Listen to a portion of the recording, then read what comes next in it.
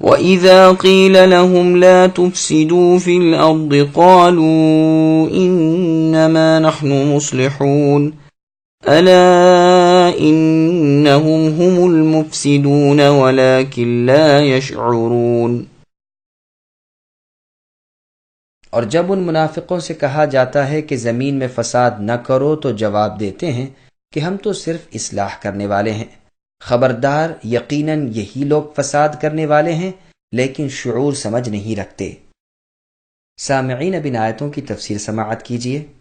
فساد کے بانی منافقین۔ ابن عباس، ابن مسعود اور نبی صلی اللہ علیہ وسلم کے بعض صحابہ رضی اللہ عنہم سے مروی ہے کہ یہ بیان بھی منافقوں کا ہی ہے۔ ان کا فساد کفر اور معصیت الہی تھی۔ مطلب یہ ہے کہ زمین میں اللہ کی نافرمانی کرنا یا نافرمانی کرنے کا حکم دینا زمین میں فساد کرنا ہے، اور زمین و آسمان کی اصلاح اطاعت الہی میں ہے۔ مجاہد رحمۃ اللہ علیہ فرماتے ہیں کہ انہیں جب اللہ تعالیٰ کی نافرمانی سے روکا جاتا ہے تو کہتے ہیں کہ ہم تو ہدایت اور اصلاح پر ہیں۔ سلمان فارسی رضی اللہ عنہ فرماتے ہیں اس خصلت کے لوگ اب تک نہیں آئے۔ مطلب یہ ہے کہ رسول اللہ کے زمانے میں یہ بد خصلت لوگ تھے تو صحیح، لیکن اب جو آئیں گے وہ ان سے بھی بدتر ہوں گے۔ یہ نہ سمجھنا چاہیے کہ وہ یہ کہتے ہیں کہ اس وصف کا کوئی رسول اللہ کے زمانے میں تھا ہی نہیں۔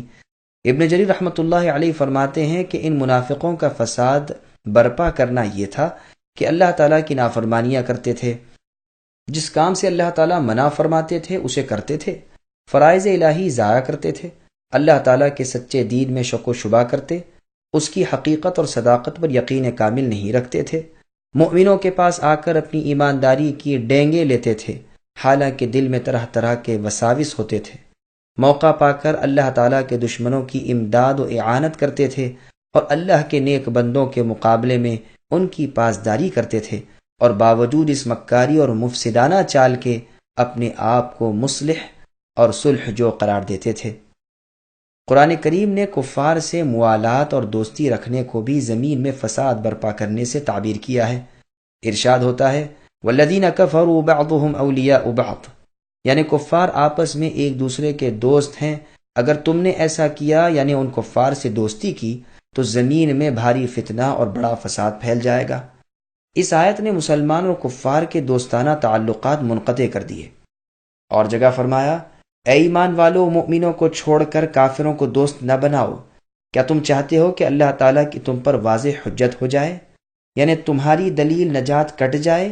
پھر فرمایا منافق لوگ تو جہنم کے نچلے طبقے میں ہوں گے، اور ہرگز تم ان کے لیے کوئی مددگار نہ پاؤ گے۔ چونکہ منافقوں کا ظاہر اچھا ہوتا ہے، اس لیے مسلمانوں پر حقیقت پوشیدہ رہ جاتی ہے۔ وہ ایمانداروں کو اپنی چکنی چپڑی باتوں سے دھوکہ دے دیتے ہیں، اور ان کے بے حقیقت کلمات سے اور ان کی کفار کی پوشیدہ دوستیوں سے مسلمانوں کو خطرناک مصائب جھیلنے پڑتے ہیں۔ پس یہ منافقین فساد کے بانی ہوئے۔ اگر یہ اپنے کفر پر ہی رہتے تو ان کی خوفناک سازشوں اور گہری چالوں کا مسلمانوں کو اتنا نقصان ہرگز نہ پہنچتا، اور اگر مکمل طور پر مسلمان ہو جاتے اور ظاہر باطن یکساں کر لیتے، تب تو دنیا کے امن و امان کے ساتھ آخرت کی نجات و فلاح بھی پا لیتے۔ باوجود اس خطرناک پالیسی کے جب انہیں ایک سوئی کی نصیحت کی جاتی تو جھٹ بولتے کہ ہم تو صلح جو ہیں، ہم کسی سے بگاڑنا نہیں چاہتے، ہم فریقین کے ساتھ اتفاق رکھتے ہیں۔